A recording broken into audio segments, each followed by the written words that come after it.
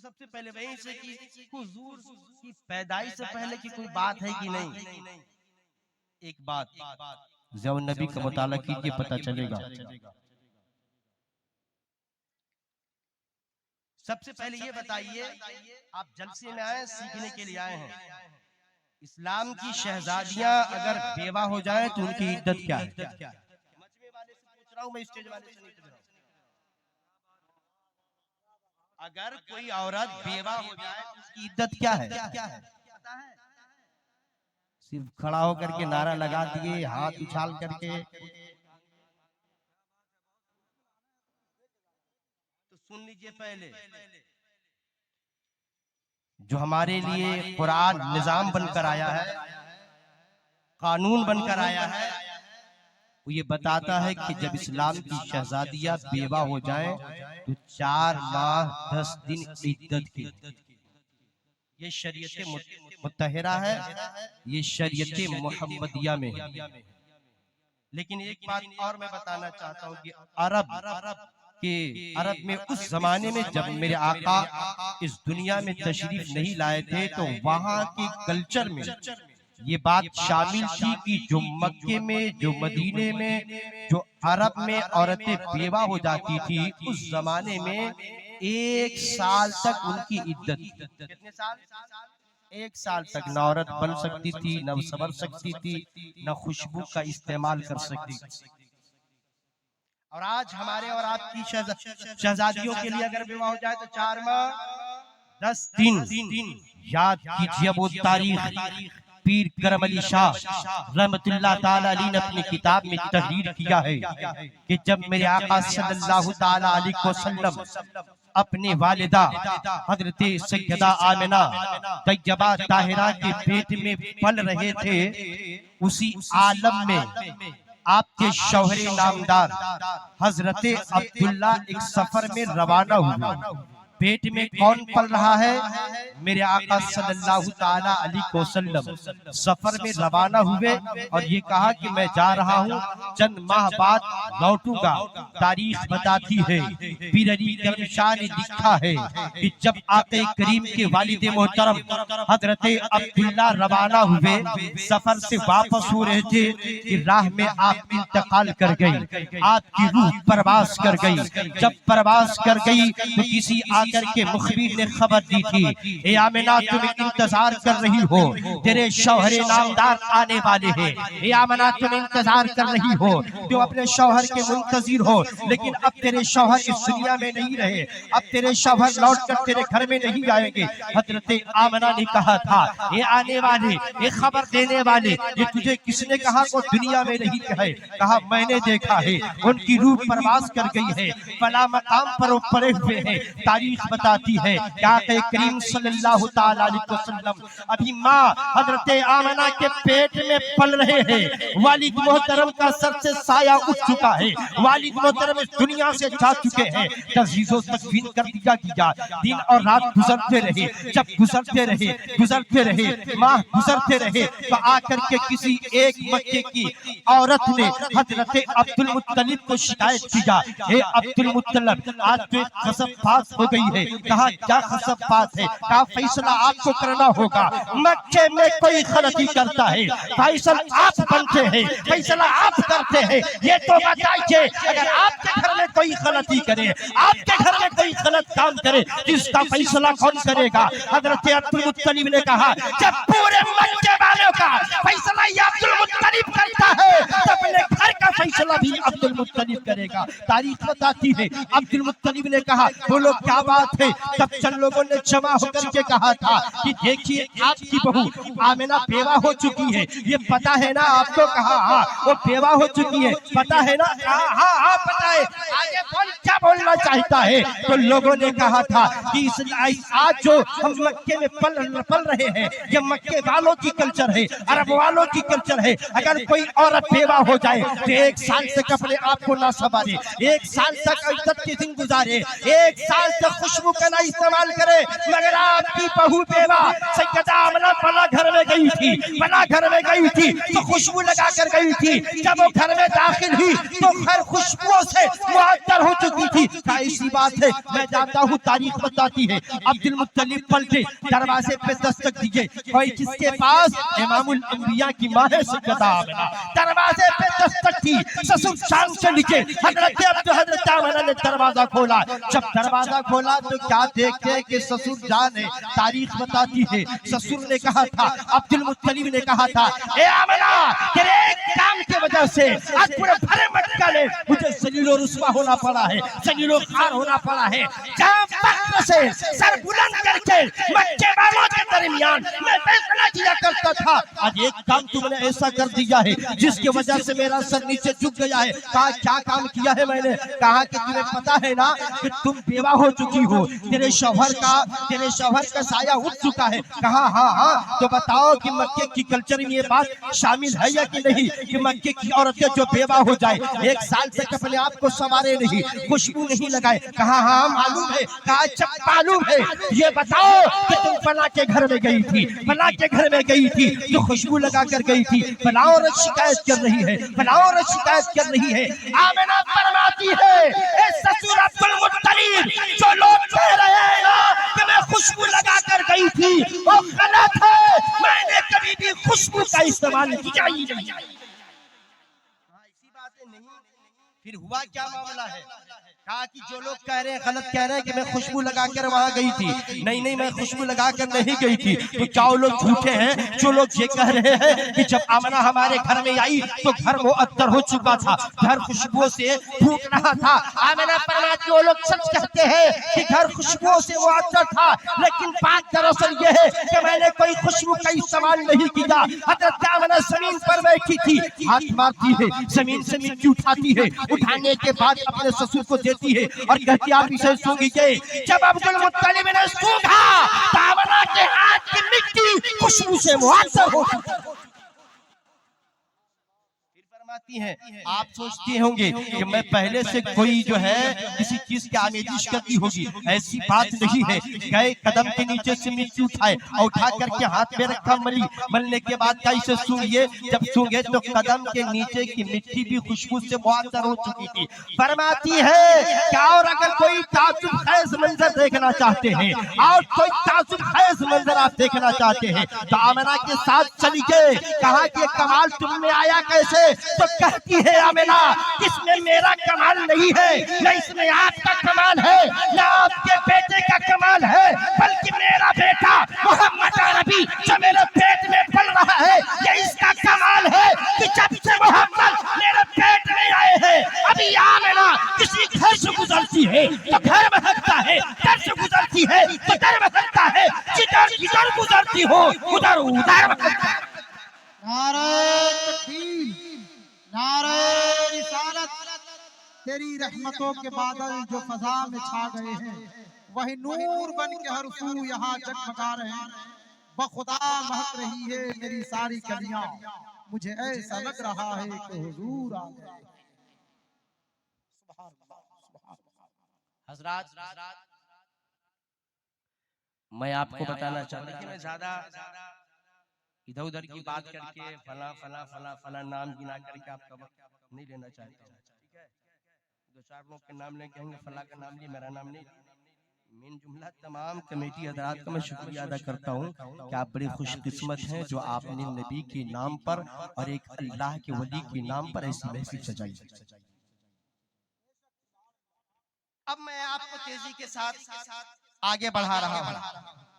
बिल्कुल ताजा मुताला हो सकता है कि ये तारीख आप पहली मर्तबा सुन रहे हो। मैं ये नहीं कहूंगा कि वाकई में यकीनी तौर पर आप पहली मर्तबा सुन रहे हो, लेकिन अल्हम्दुलिल्लाह आज पहली मर्तबा मुझे नजर इस रिवायत पर, इस तारीख पर पड़ी।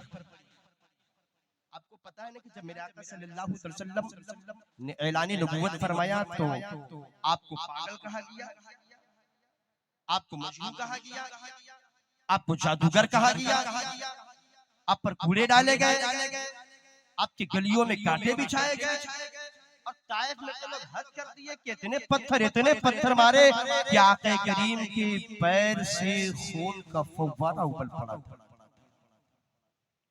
कितनी मुशक्कतों के साथ ये इस्लाम चलकर हम तक आया है। बड़ी आसानी से हम जलसा कर लेते हम पक्के मोमिन है, जलसा कर लिए, ये तो आसान है ना। देखिए दीन फैलाने के लिए किस कदर आक़ा करीम ने मुसीबतें उठाई थी। पीर करम अली शाह रहमतुल्लाह ताला अलैह अपनी किताब में लिखते हैं कि अरब में एक कबीला था जिसका नाम अज़द शनुआ है, बड़ा मशहूर कबीला था। उस कबीले में एक शख्स था जिसका नाम था रईस ज़िमाद अज़दी। नाम सुना था कभी आपने? रईस ज़िमाद अज़दी बड़ा मशहूर था। उसका काम क्या था कि मक्के में या किसी शहर में किसी को जिन, भूत, प्रेत और न जाने क्या क्या होता है मामला जिससे होता था ना, आसिफ ज़दा होते थे तो वो दम करता था तो कुफारों के जिस्म से आसिफ दूर हो जाया करता था, जादू को टाल दिया करता था, लोग सेहत याब हो जाते थे। लेकिन अकीदतन एक यहूदी है, वही यहूदी रईस ज़िमाद अज़द जब मक्कतुल मुकर्रमा शहर में दाखिल हुआ तो मक्के के चंद गंवार इंसान अजहल हज़रात इसके पास आए और इसे कहा कि तो तुम्हारे दम में ना बड़ी ताकत है, तुम्हारा दम में अक्सीर जिस आसिफ ज़दा को दम कर देते हो आसिफ दूर हो जाता है, जो पागल होता है दम कर देते हो सेहत याब हो जाता है। सुनो इस मक्का में एक मोहम्मद नाम का शख्स आया है, पागल है, दीवाना है और एक नया दीन लेकर आया है, नया दीन लेकर आया है। ऐसा करो कि तुम उससे दम करो ताकि वो ठीक हो जाए और अपने दीन का प्रचार नहीं करे, हमारे भूतों को बुरा नहीं करे। उसने कहा कि इससे क्या होगा? कहा पूरे मक्का के लिए लोग तुम्हारा शुक्रिया अदा करेंगे, पूरे मक्का के लोग तुम्हारा एहसान मानेंगे। तारीख बताती है कि वो तलाश में निकला तो आक़ा करीम को हरमे काबा के सहन में पाया। जब पाया तो आने के बाद कहा क्या तेरा ही नाम मोहम्मद है? कहा हाँ मेरा ही नाम मोहम्मद अरबी है। तो उसने कहा कि लोग कहते हैं कि तुम दीवाना हो, तुम पागल हो, तुम मजनू हो, तुम लोगों पे जादू किया करते हो, एक नए दीन लोगों पर मुसल्लत करते हो। सुनो मैं चाहता हूँ कि तुम्हें दम करूं तो ठीक हो जाएगा। तुम्हें दम करूं? किसे कहा? इमामुल अंबिया को। कौन कह रहा है? एक काही कह रहा है। कौन कह रहा है? एक यहूदी कह रहा है जिसका नाम रईस ज़िमाद अज़दी है। कहता है मैं चाहता हूँ कि दम करूंगा आप ठीक हो जाएंगे, क्या आपकी इजाजत है? कि मेरे आका ने की इजाजत लेना चाहते हो, दम करना चाहते हो? कहा हाँ। जब मेरे आका के जबान से चंद जुमले निकले थे, क्या जुमले थे सुने?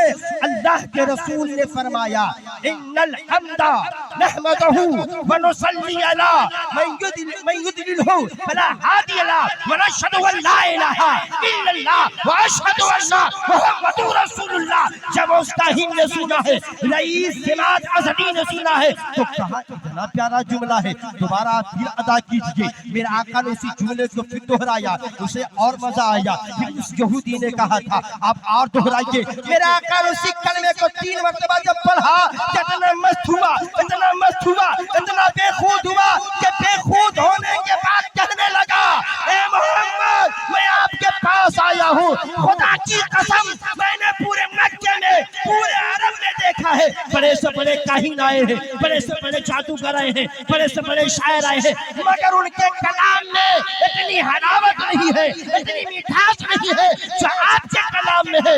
इसलिए ये रईस ज़िमाद हाथ आगे बढ़ाता है, आप मुझे अपना कलमा दे दीजिए, मैं इस्लाम कबूल करना चाहता हूं।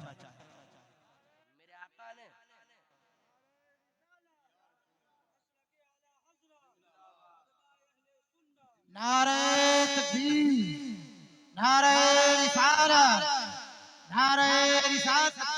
सरकारे दो आलम कॉन्फ्रेंस, सरकारे दो आलम कॉन्फ्रेंस। मेरे आका ने उसे कलमा पढ़ाया और मुसलमान आया। किसे? जो आया था आका करीम को दम करने के लिए।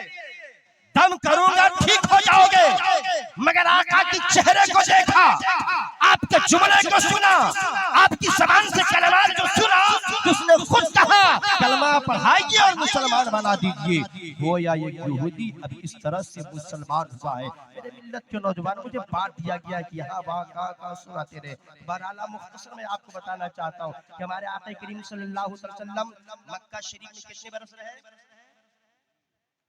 जरा हम आवाम से पूछ रहे हैं, आवाम से पूछ रहे हैं, चूंकि आप लोग बहुत नारा लगाते हैं। नारा लगाना ये अच्छी बात है, लगाइए, ठीक है, आपका ईमानी जज्बा और बेदार होगा, मगर जरा अदब के दायरे में रहकर, कायदे में रह करके बेअदब नहीं बने।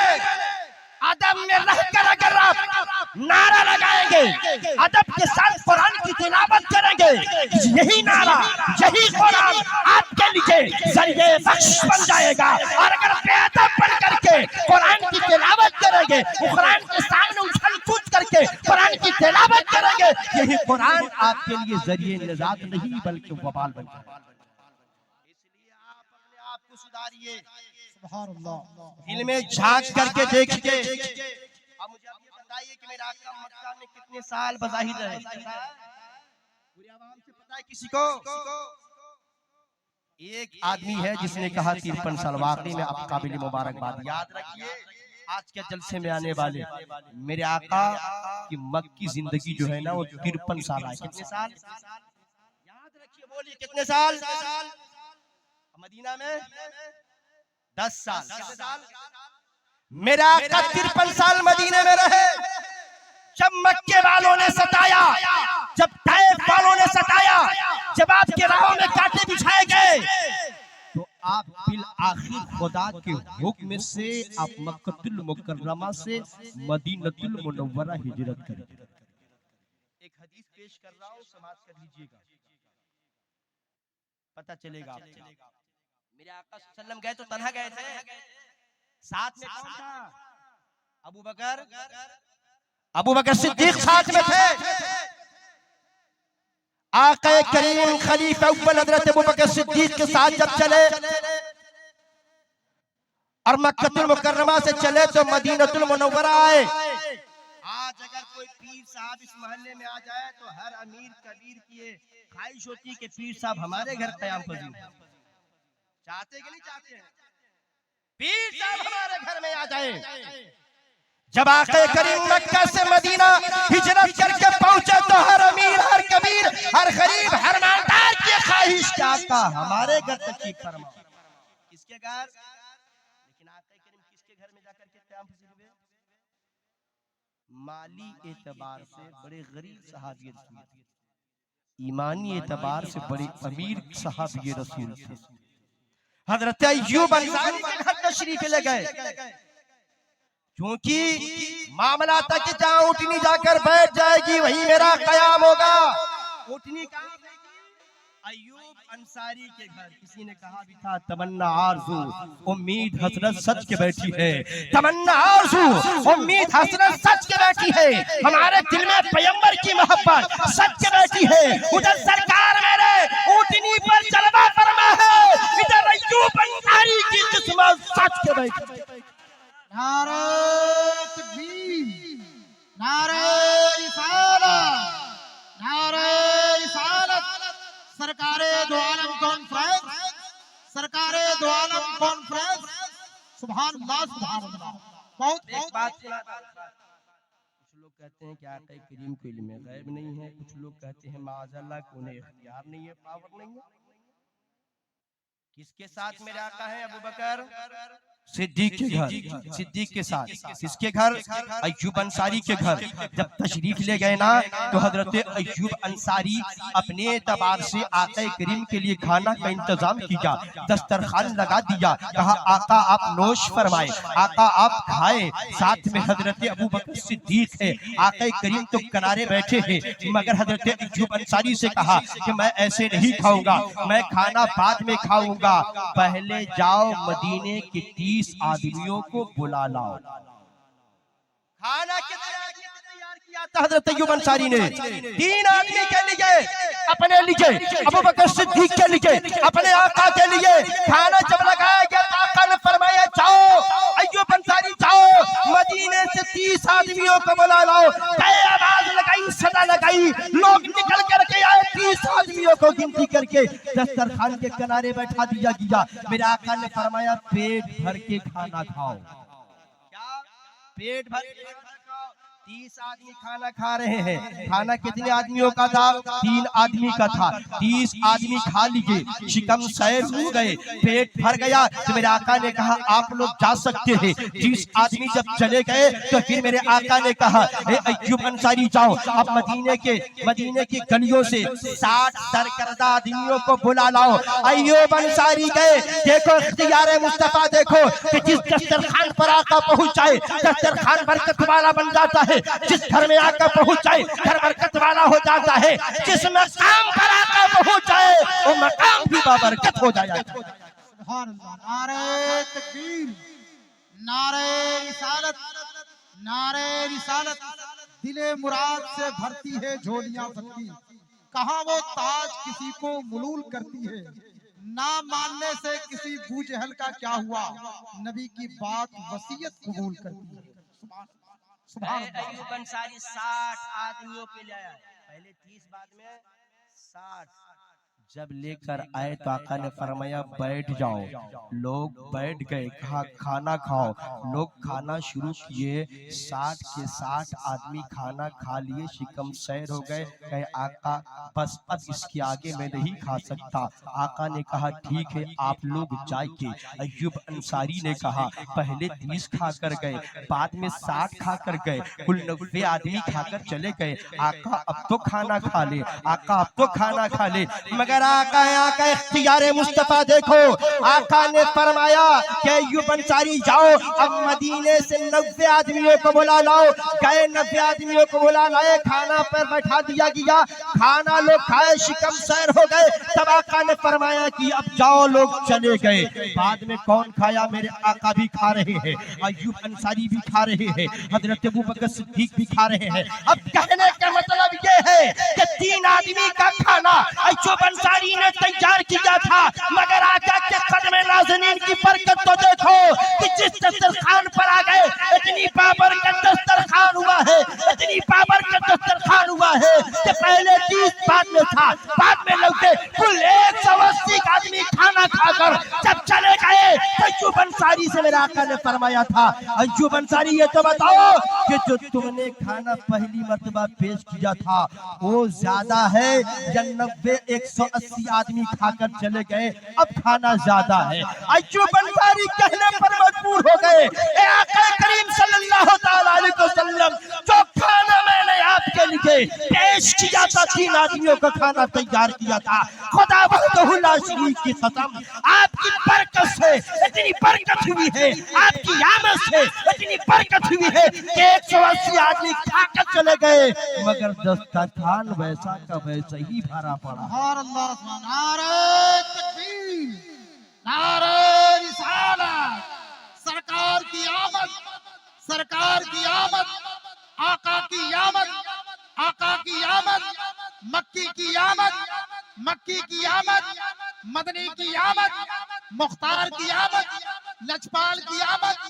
सब झूम के बोलो, लब झूम के बोलो, नारे तकबीर, नारे रिसालत। सुभान अल्लाह। वाह वाह वाह, क्या मैं आपको कहना चाहता हूँ कि आज हम जिस इस्लाम के साए तले जी रहे हैं, ये इस्लाम आसानी से हम तक के नहीं पहुंचा है। बड़ी कुर्बानियां हमारे असलाफ ने पेश की है, तब जाकर के इस्लाम हम तक के पहुंचा है। तो हमें और आपको चाहिए कि इस्लाम का कद्र करें, कोई ऐसा काम न करें कि आपकी वजह से इस्लाम बदनाम हो। कोई ऐसा काम ना करे कि आपकी वजह से इस्लाम बदनाम हो। आप मुसलमान के घर में पैदा हुए हैं, बड़े आसान से मुसलमान हो गए, मगर याद कीजिए तारीख को, जो गैरों के घर में पैदा हुए और जब मुसलमान हुए तो उनके घर को फूंक दिया गया, उनके घरों को जला दिया गया। जब खैर लोग मुसलमान हुए हैं तो खैर उन पर इतना जुल्म और सितम किया कि किसी को जमीन पर घसीटा गया, किसी की एक आंख निकाल दी गई, तो किसी का दिल चीर दिया गया। याद करो तारीख, एक तारीख में मदनी पेश करना चाहता हूँ। छोटे छोटे बच्चे सुन रहे हैं, ये भी किसी न किसी की औलाद है। आपके बच्चे भी छोटे होंगे, जरा गौर से सुनिएगा, दिल से सुनिएगा। मदीनतुल मुनव्वरा के एक मैदान में एक 9 साल का बच्चा बकरी चरा रहा है। जब बकरी चरा रहा है तो शाम के वक्त अपनी बकरियों को जमा करके घर की तरफ लौटने लगा।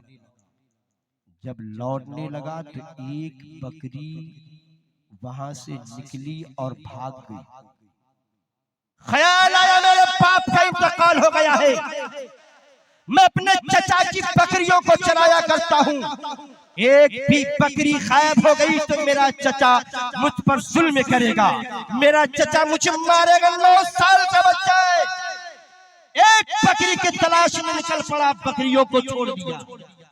जब निकला तो बकरी भाग रही है, तो कहीं इधर उधर भाग कर नहीं गई, उस मुकद्दस गली में चली गई जिसे हम तैयबा कहते हैं। और कहाँ गई?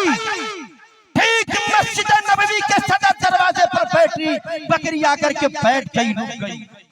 9 साल का बच्चा भी दौड़ता आया, कांपते आया, बकरी के गर्दन में हाथ डाला, उठा करके ले जाना चाहता था कि मैं बकरी अपने घर ले जाऊं, कि इतने में उस बच्चे की नजर मस्जिद नबवी के सहन में गई तो किसी और को नहीं देखा, हमारे आका मोहम्मद अरबी को देखता। जब देखा तो देखता रहा, चेहरे की तमाशा को देख रहा है, वो हुस्न देख रहा है जिस हुस्न पर अरब के लोग उंगलियां नहीं जान पेश कर दिया करते थे। तारीख बताती है को बच्चा मेरे आका को देख रहा है, मेरे आका भी देखने को बकरी लेने आया है। कहा बेटे बकरी मिल गई, वापस चले जाओ। मगर बच्चा बार बार नजर उठाकर मेरे आका को देख रहा है। 9 साल का बच्चा है, बार बार देख रहा है। जब बार बार देखा तो मेरा आका ने कहा चाहते क्यों नहीं हो? तो बच्चे ने कहा मैं कैसे जाऊं, आपका ये मुबारक चेहरा देखकर मुझे अब यहाँ से जाने का दिल नहीं करता। अब ये तो बताइए कि आपका नाम क्या है? तो मेरे आका ने फरमाया कि मुझे मुहम्मदु रसूलुल्लाह कहा करते। आप है मुहम्मदु रसूलुल्लाह, नाम सुन रखा था, नाम सुन रखा था, आप है? कहा हाँ। कहा मतलब मैं ऐसे अपने घर वापस नहीं जाऊंगा, ऐसा है कि जो आप इस्लाम लेकर आए हैं उस इस्लाम का कलमा पढ़ाइए और मुझे मुसलमान बना दीजिए। 9 साल का बच्चा है, किसी मोमिन का बच्चा नहीं है, मोमिना का बच्चा नहीं है, एक यहूदीन का बच्चा है। 9 साल का वो बच्चा का कलमा पढ़ा दीजिए। मेरे आका ने कलमा पढ़ा दिया, बच्चा मुसलमान हो गया। मेरे आका ने उसका नाम भी रख दिया अब्दुल्ला। क्या रखा? अब्दुल्ला, अल्लाह का बंदा। का अब तो घर चले जाओ, मैं इंतजार कर रही होगी। काका चाहूंगा तो जरूर मगर पलट कर दोबारा आपकी बारगाह में जरूर आऊंगा, इसलिए कि आपका इतना मुबारक चेहरा है कि मेरी नजर यहाँ से हटती ही नहीं है।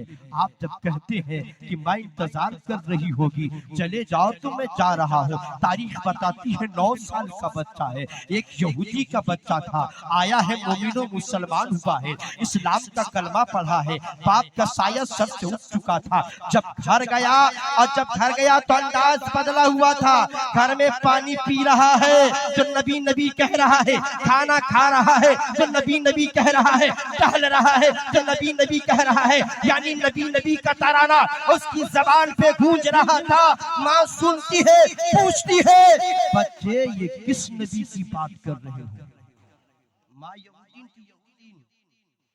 बेटे ने कहा, माँ मैं बकरी के सहारे मस्जिद नबी तक पहुंचा था, वहां हसीन जुल्फों वाला एक खूबरू अबकरी जात पर मेरी नजर पड़ी तो मैं देखता रहा। हटने के दिल नहीं कह रहा था, और साथ कह रही थी चला जा, तेरी मां इंतजार कर रही होगी, मगर इतना मुबारक चेहरा था, इतना मुबारक चेहरा था कि मैं वहां से हटने का वारा नहीं कर रहा था। फिर आखिर मैंने कहा हटूंगा उसी वक्त जिस वक्त आप अपना कलमा पढ़ा कर मुझे मुसलमान बना लीजिए। माँ मैंने कलमा पढ़ के उनका मुसलमान अपने आप को बना लिया। मानकर तुम यहूदी के बेटे हो, तेरा चचा अगर सुन लिया कि तुमने कलमा पढ़ लिया है, मुसलमान हो गया, तो तेरा चचा तुझे घर से निकाल देगा। इस राज को राज ही रहने देना, जाहिर नहीं होने देना। तारीख बताती है कि बच्चा जब भी कोई काम कर रहा है, नबी नबी कर रहा है, बकरियां चराने जा रहा है, बकरियों को छोड़ देता है, नबी नबी का तराना गुना रहा है। इसी तरह से दिन रात गुजरती रही। जब दिन रात गुजरती रही तो कुछ दिनों के बाद उसकी माँ चूंकि बेवा थी, किसी और मर्द से शादी कर करके वहां चली जाती है, दूसरे के घर को अपना घर बनाती है।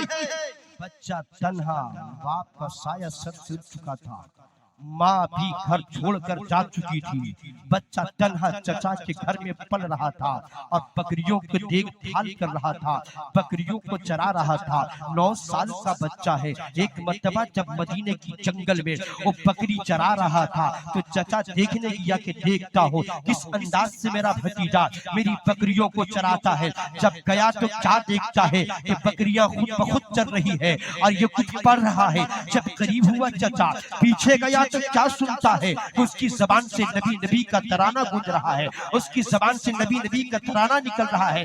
चचा ने कॉलर पकड़ा, पूछा, ए भतीजे बताओ तो सही ये कौन नबी है, किस नबी की बात कर रहे हो, किस नबी का तराना गुनगुना रहे हो, किस नबी का तराना तुम्हारी जबान से निकल रहा है। तारीख बताती है बच्चे ने कहा कि मैं मोहम्मद अरबी का कलमा पढ़कर मुसलमान हो गया।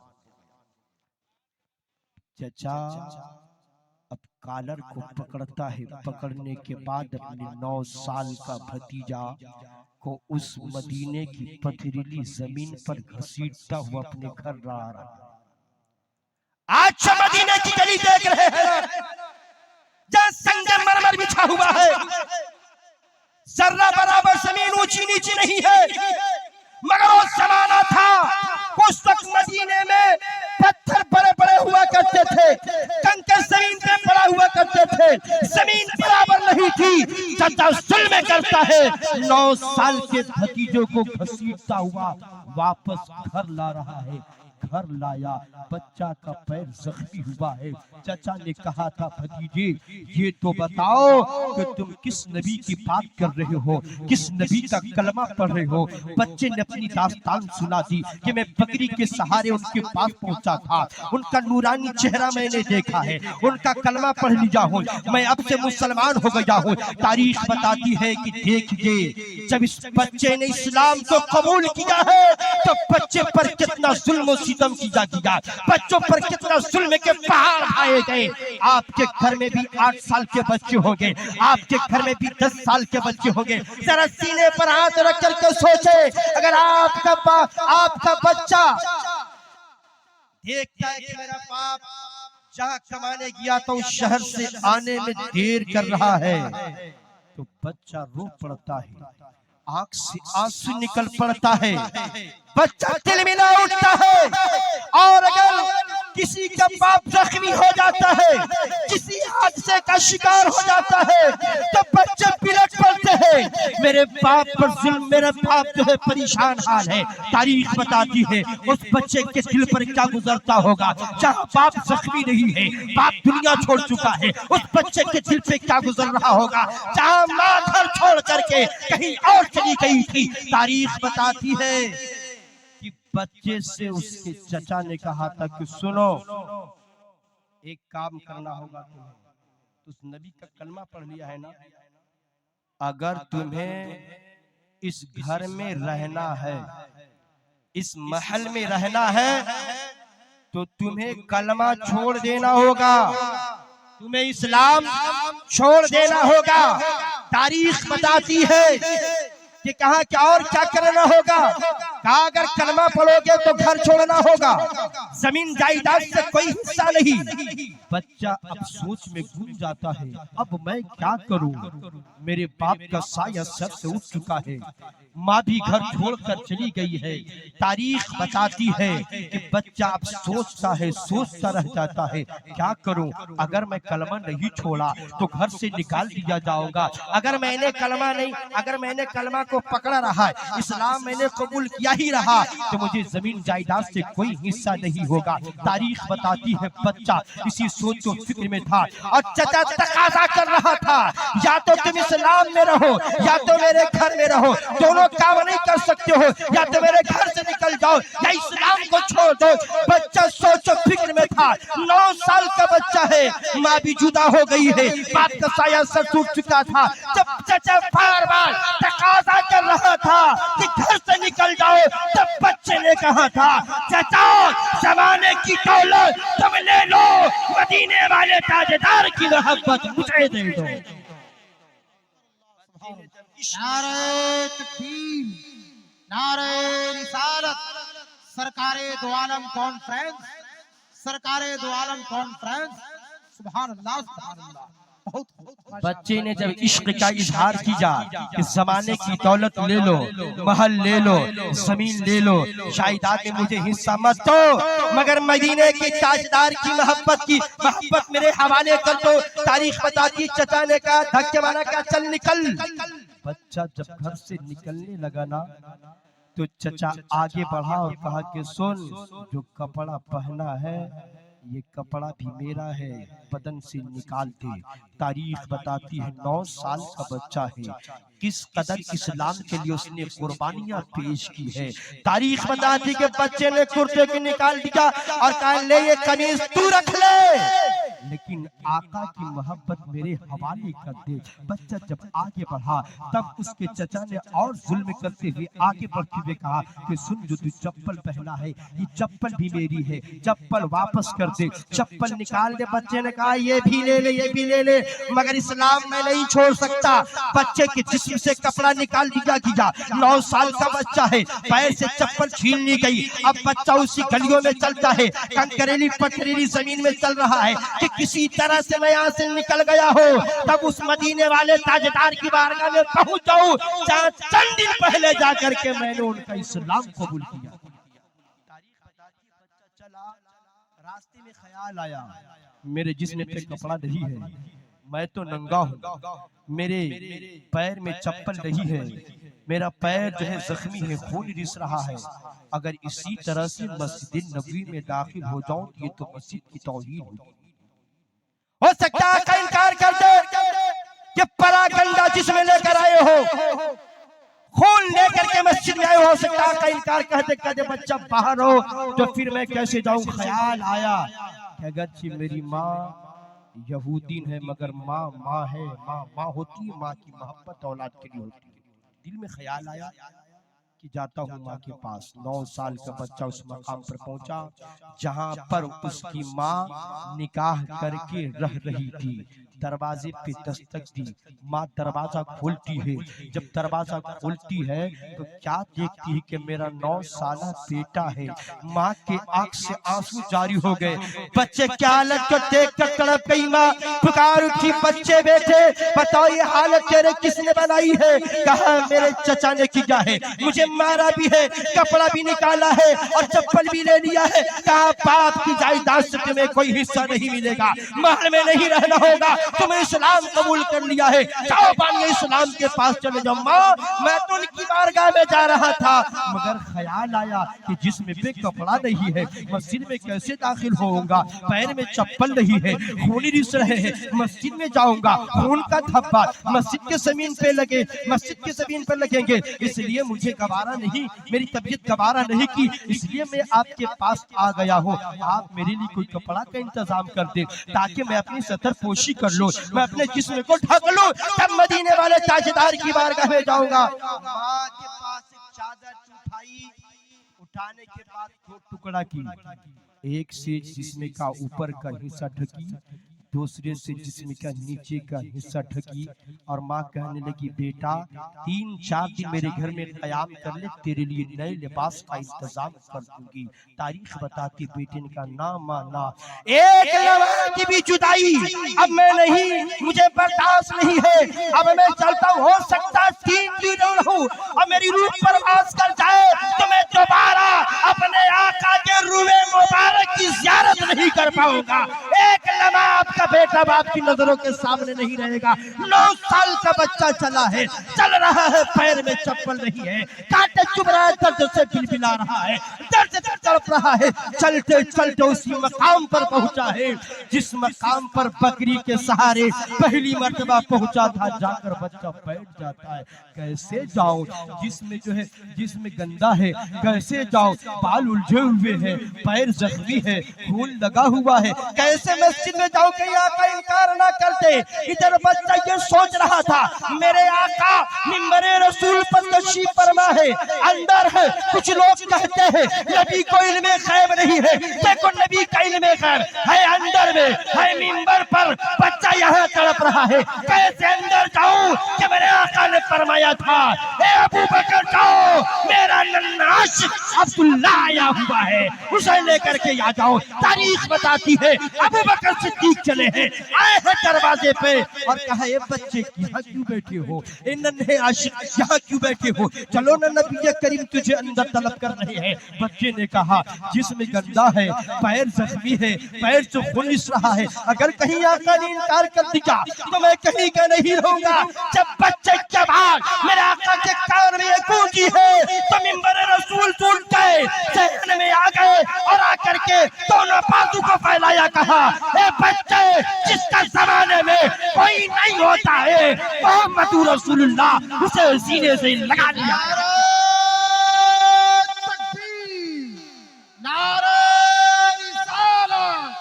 वो कौन है जो नबी पे जान दे देगा, नबी का चाहने वाला नबी पे जान दे देगा।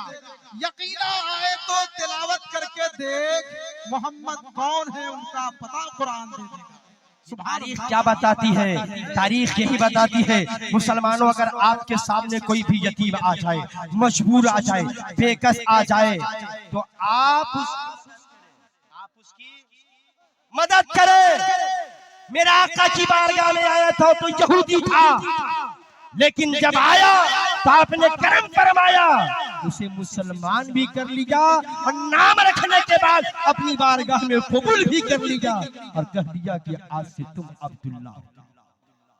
मेरे मिल्लत के नौजवान, इसलिए हम और आपकी नजर में कोई गरीब है तो उसकी मदद किया करें, यतीम है तो सर पे शफकत का हाथ जरूर फेरा करें। इसी में दुनिया और आखिरत की भलाई है। एक दूसरे के साथ भला करेंगे तो आपके साथ कोई जरूर भला करेगा। अब आका की बातों को आपने सुन लिया, तारीख को सुन लिया, तो थोड़ा मौजू से मैं अलग हट रहा हूँ क्योंकि कई उन्वान मुझे दिए गए, तो थोड़ा थोड़ा मैं जिक्र कर रहा हूं। इस्लाम की शहजादियां भी यहाँ बैठी है, ठीक है। तो आका करीम ने ये भी फरमाया है कि इस्लाम की शहजादियां अपने शौहर से औकात से ज्यादा कुछ ना मांगना। औकात से ज्यादा कुछ न मांगना, जितनी औकात हो तो नहीं मांगना। मगर आज की कुछ इस्लाम की ऐसी शहजादी क्या है जो शौहर से मुतालबा करती है और इतना करती है कि शौहर अदा नहीं कर पाता और आपस में लड़ाई हो जाती है। और जब लड़ाई होती है तो तलाक तक के नौबत आती है। इस्लाम की शहादत जो यहाँ आई हो तो पैगाम लेते हुए जाओ, और आई हो तो अपने घरों में जाकर के अपनी माँ बहनों तक ये पैगाम दे देना कि अपने शौहरों से औकात से ज्यादा मांगने की कोशिश न करो। आप कनीज़े फातिमा हो ना। मौला अली का एक कौल मैंने पढ़ा। मौला अली फरमाते हैं कि जब से मैंने सैयदा तैयबा ताहिरा फातिमतुज़ ज़हरा से निकाह किया, उस वक्त से अब तक पूरी जिंदगी के बारे में मौला अली ने कहा, एक मर्तबा के बारे में, कि पूरी जिंदगी में जब तक के सैयदा तैयबा ताहिरा फातिमा हयात से रही, इस अली से एक चीज की भी फरमाइश नहीं। और आज तो इस कदर फरमाइश कि 10,000 का लिबास होना चाहिए, हाँ, कम से कम 2,000 का दुपट्टा होना चाहिए, चप्पल ऐसी होनी चाहिए, उसके अलावा बहुत सारी चीजें हैं, परेशान किया करती है।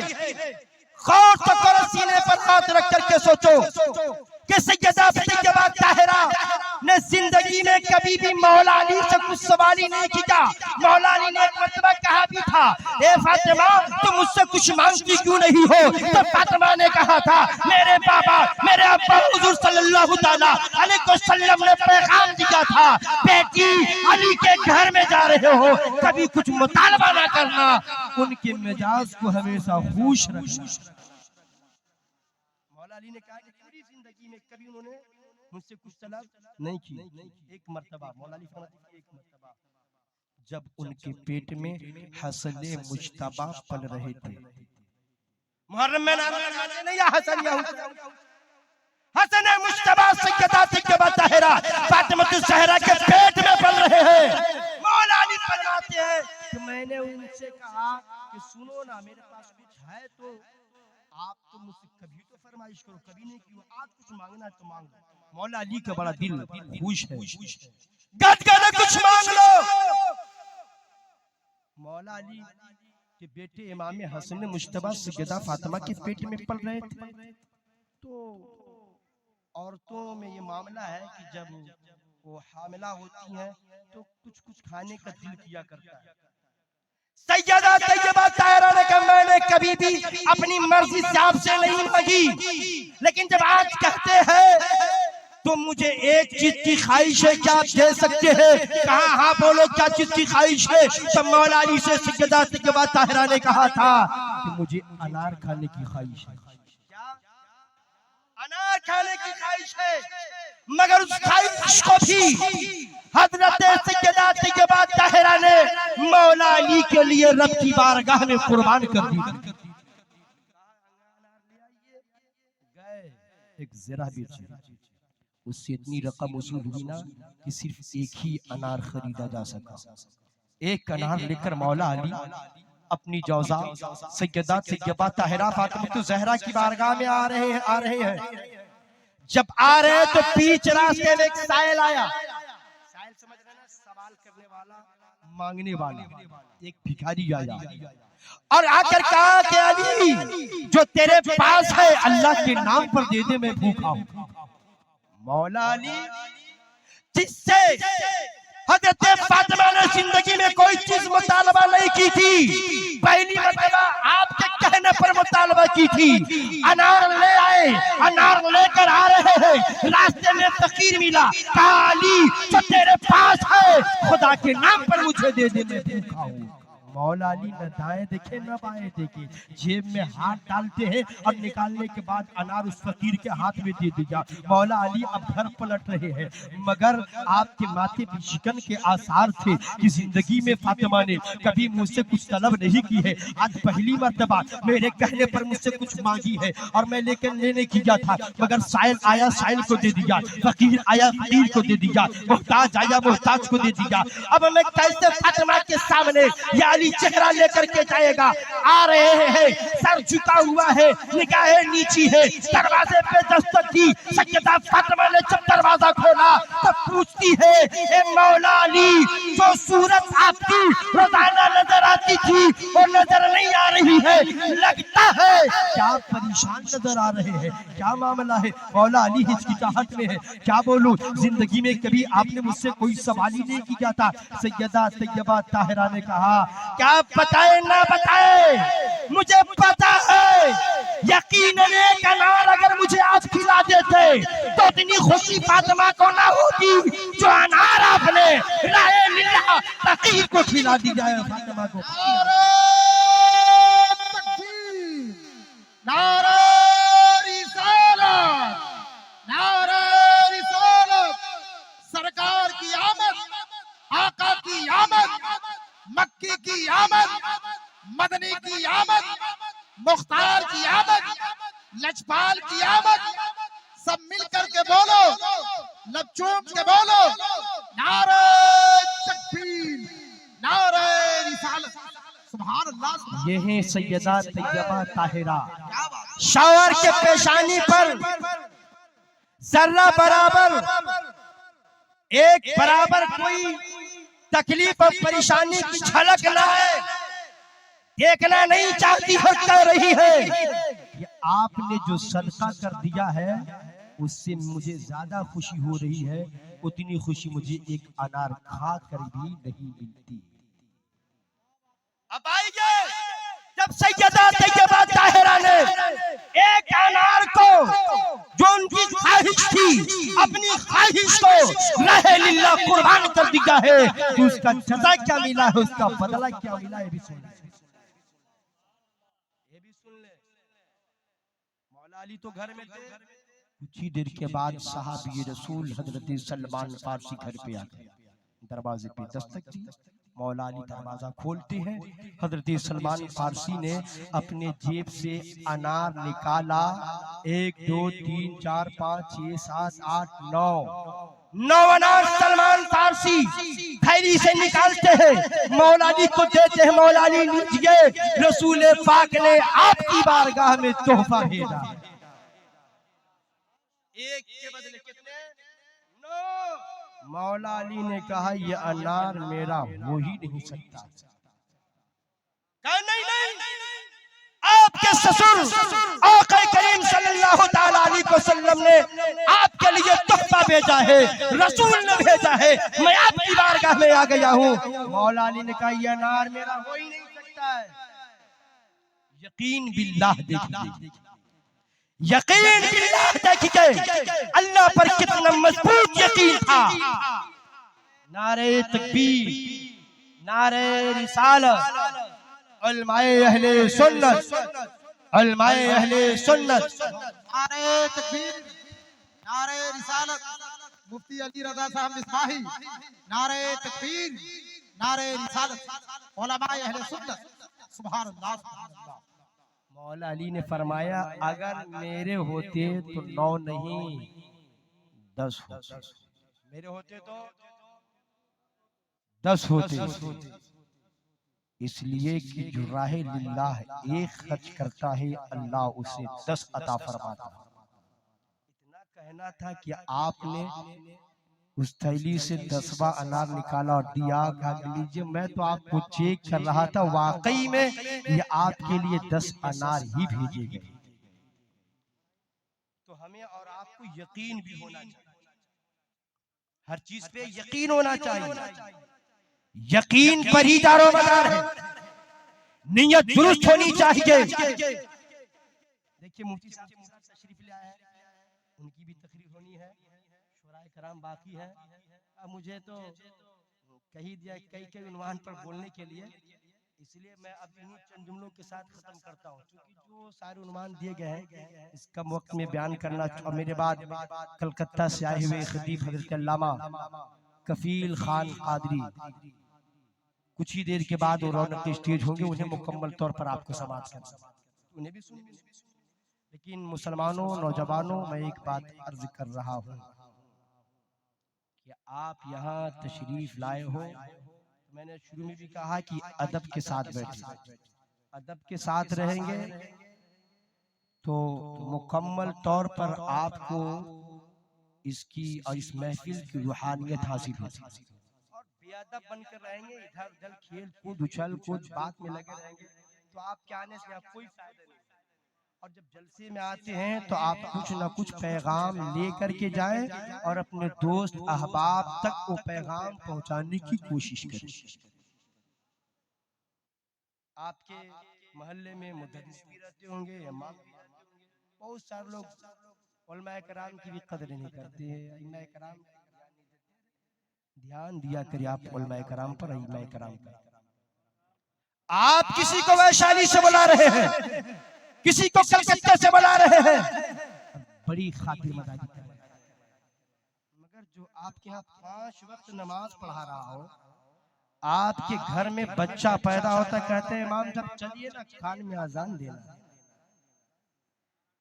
बाप भाई का इंतकाल हो जाए तो चलिए ना जनाजा पढ़ाना है, छोटा से बड़ा काम के लिए आपका इमाम मौजूद रहता है। हम आप अच्छे वक्तों में अपने अइम्मा कराम को जरूर याद रखा करें,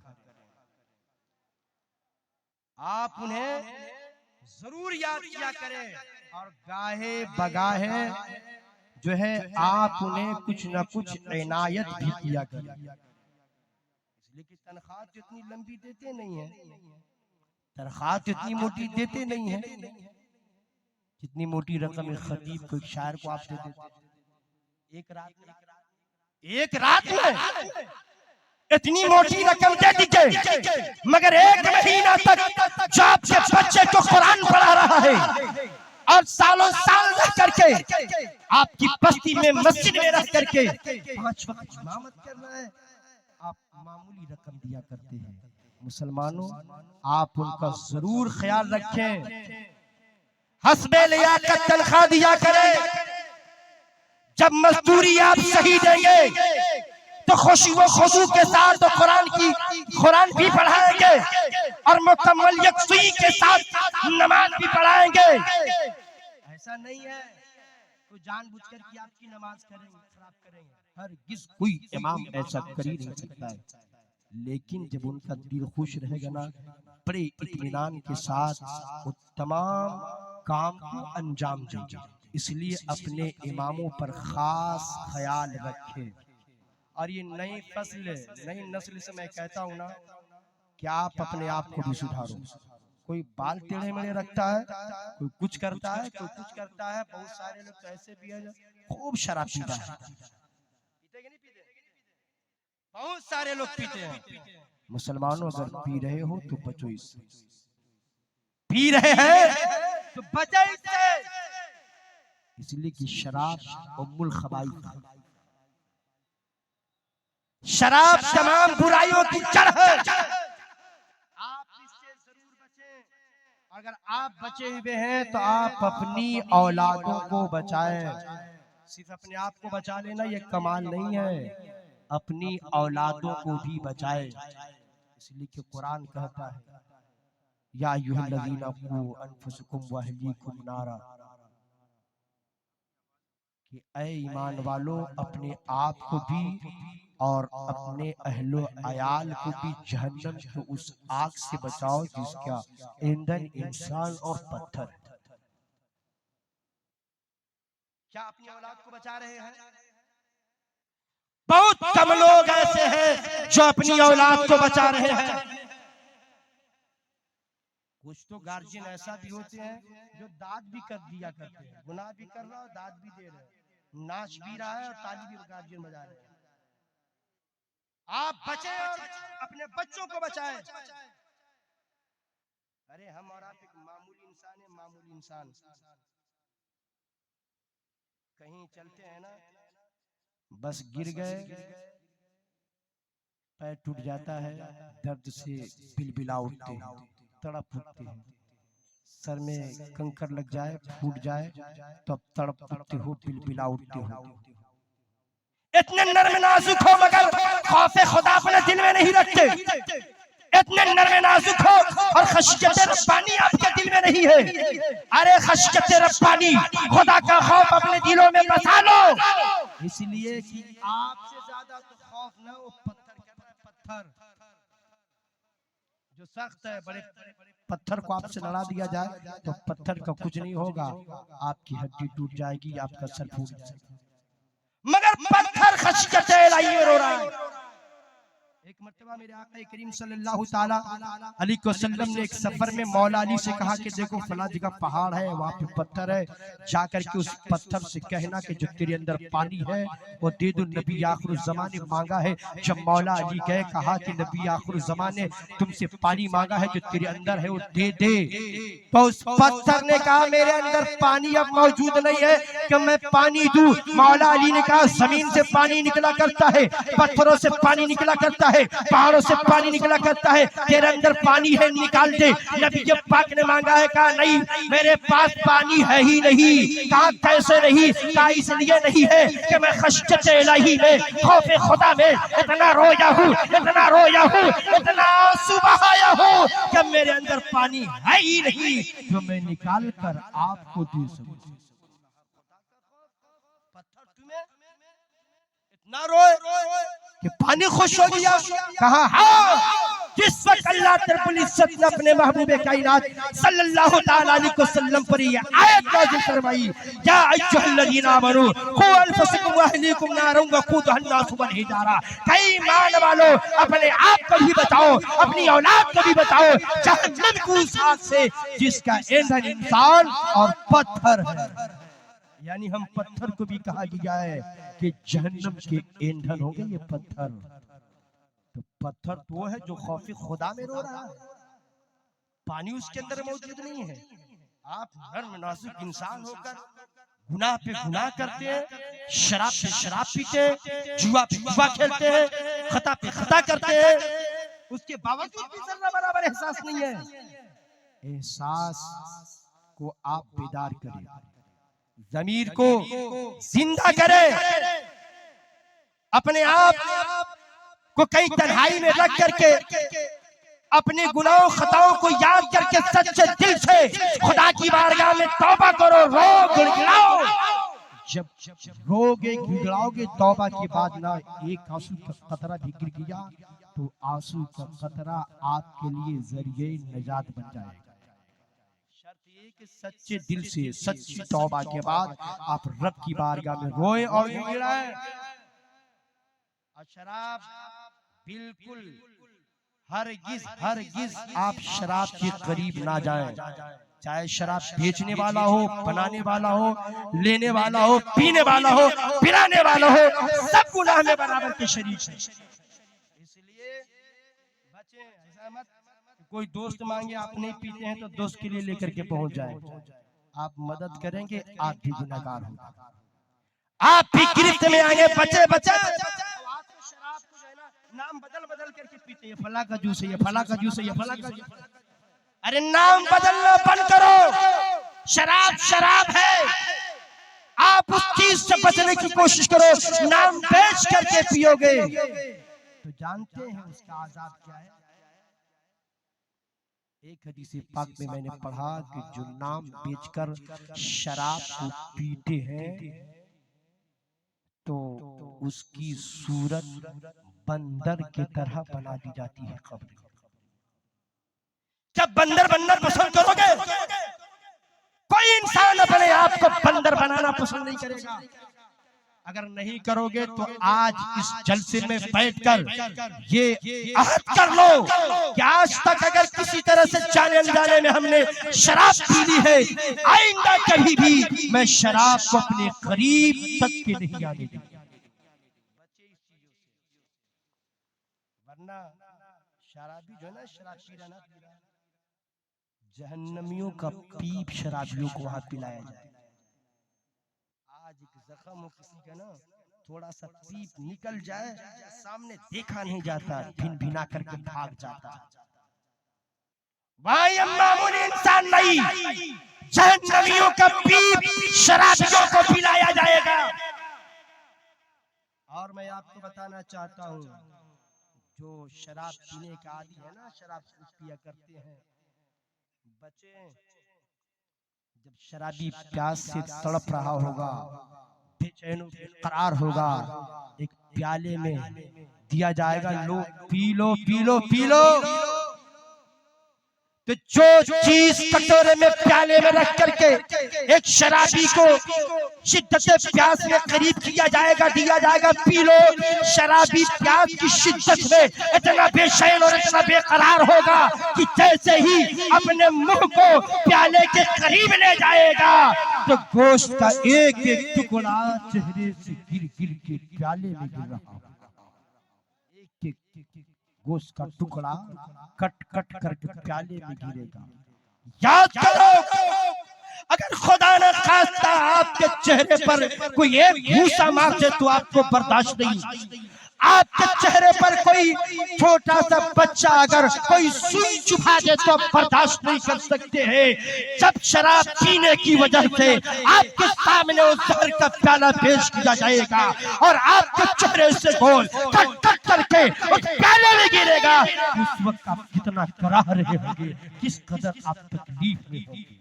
मुसलमानों, अगर चाहते हो उस अजाब से हम बच जाएं तो अपने आप को शराब पीने से बचाएं। अगर आपकी औलाद पी रही हो तो आप अपनी औलादों को भी उससे जो है बचाने की हद्दल इम्कान कोशिश करें। समझ गए ना? बहुत सारे लोग ध्यान ही नहीं देते हैं। हाँ, अरे क्या हो रहा है, जब तो जवान है।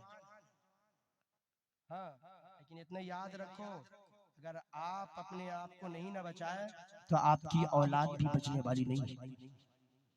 आप अपने आप को नहीं सुधारे तो आपकी औलाद भी नहीं सुधरेगी। हजरत इमाम हसन बसरी खलीफे वक्त अपने जमाने के, उनका एक नौजवान बेटा चंद साथियों के साथ जंगल में गया जानवर की शिकार करने के लिए। जब गया तो क्या उन्होंने देखा, दोस्तों ने क्या देखा कि एक बूढ़ा है और पीठ पर एक मशकीजा लेकर चल रहा है। चारों दोस्तों ने प्लान बनाया कि हमें किसका निशाना पक्का है जो एक तीर मारे और मशकीजा फट। नौजवानी है, मगन हो गए हो। तमाम दोस्तों ने मारा मगर वो मशकीजे पर तीर जाकर के नहीं लग सका। इमाम हसन बसरी का नौजवान बेटे ने कहा मैं तो मार ही दूंगा। बस कमान में भरा तीर मारा, जैसे ही मारा उन्होंने तो मशकीजे पे लगा, मशकीजा फट गया, पानी गिर गया।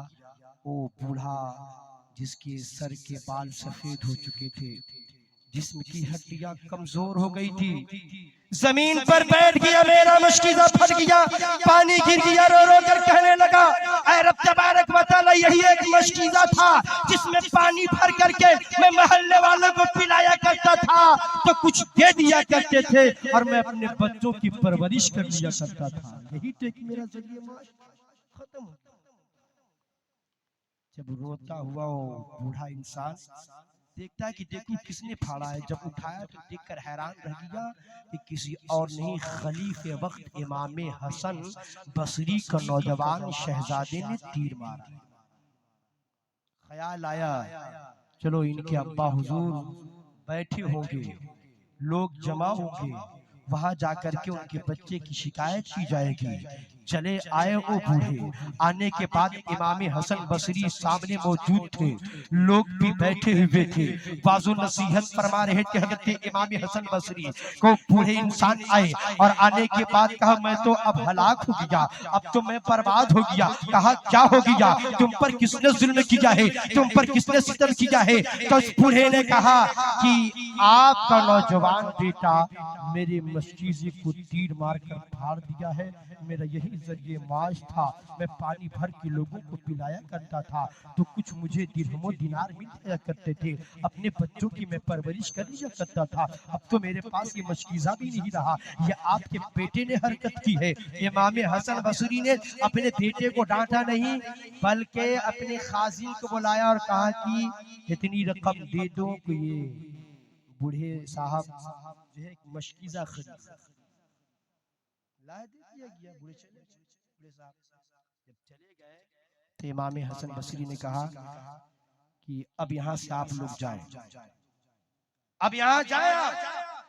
इमाम हसन बसरी उठे और सीधा घर गए और घर जाने के बाद अपनी जौजा को बुलाया और बुलाने के बाद कहा कि तुम्हारी किसी न किसी गलती की वजह से तुम्हारे बेटे ने ऐसी हरकत की है जिसकी वजह से इस इमाम हसन बसरी को भरे मजमा में रुस्वा होना पड़ा है, जलीलो खार होना। मेरी वजह से मैंने कौन सा ऐसा काम किया है? इमाम हसन बसरी ने कहा कि तुम्हारा बेटा ऐसा ऐसा किया है और ये उस वक्त के नहीं कर सकता है जब तक कि माँ बाप ने कोई खता कोई गलती ना की। हमारे असलाफ अपने सीने में झांक कर देखते थे हमने क्या किया है, बाद में बेटे की सलाह किया करते थे। पहले अपने जमीर के अंदर झांकते थे, अपने दिल में झांक करके देखते थे कि हमने क्या किया है। तारीख बताती है, कहा कि देखो तो सही। उनके अहलिया ने कहा आप नमाज पढ़ते हैं, हम भी नमाज पढ़ते हैं, आप गाहे बगाहे तहज्जुद पढ़ते हैं, हम भी जो आप करते हैं हम करते हैं। हमने जिंदगी में कोई ऐसी गलती की ही नहीं है कि मेरी वजह से मेरा बेटा ये हरकत किया हो कि किसी का मशकीज़ा फाड़ दिया हो। तारीख बताती है, इमाम हसन बसरी ने कहा कि नहीं, मैं अपनी जिंदगी को पढ़ लिया हूँ, तुम जाकर के देखो, झांक करके देखो तुमसे कोई गलती हुई या नहीं। तारीख बताती है तन्हाई में गई, सोचने के बाद पलट करके कहती है कि एक मामूली बात है, बहुत बड़ी गलती तो नहीं। कहा कौन सी बात है, कहो तो कहती है कि बात दरअसल ये है कि गर्मी का वो जमाना था, धूप सख्त है, उसी आलम में एक अंगूर बेचने वाली औरत मेरे घर के दरवाजे पर आई, एक टोकरी में अंगूर रख करके। अब मुझसे कही कि एक गिलास पानी पिला दो, एक कप पानी पिला दो। मैं घर में गई तो सुराही खाली है, घड़ा खाली था। मैं पानी ना दे सकी।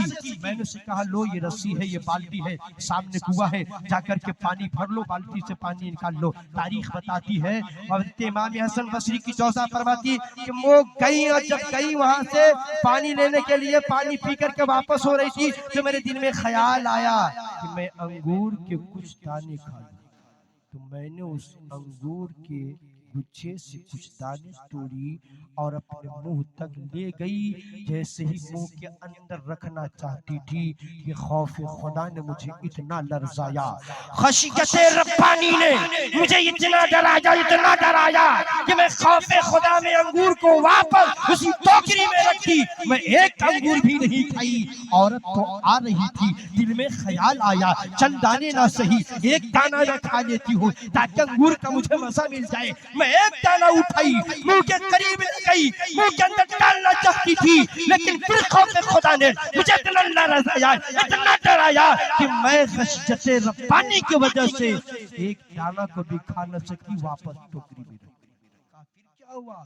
काफी दिल में ख्याल आया, बस आया कि ऐसा काम कर लो जिससे इसका एक अंगूर का दाना भी कम ना हो और अंगूर का मुझे मजा भी मिल जाए। एक छोटी सुई थी घर में, छोटी सुई को ली मैंने और लेने के बाद अंगूर में चुभोई और चुभोने के बाद जो सुई पर पानी के तरी आए, अंगूर के जो पानी होते हैं तरी होते वो आए, जब आए तो अपनी जबान पे रख ली। यही एक मामूली सी खता है, एक मामूली गलती है। क्या इसी वजह से मेरा बेटा ऐसी हरकत किया है जो भरे मजमा में बाप को रुस्वा होने पड़ा है? इमाम हसन बसरी ने कहा हाँ यही एक गलती की वजह से तुम्हारे बेटे ने इतनी शर्मनाक हरकत की है कि भरे मजमे में उसके बाप को जलील और रुस्वा होना पड़ा है। मेरे मिल्लत के नौजवानों, इस तारीख से क्या पता चलता है? इस तारीख से ही पता चलता है कि हम अपनी कमियों को तलाश करें, हम अपनी कमियों को तलाश करें।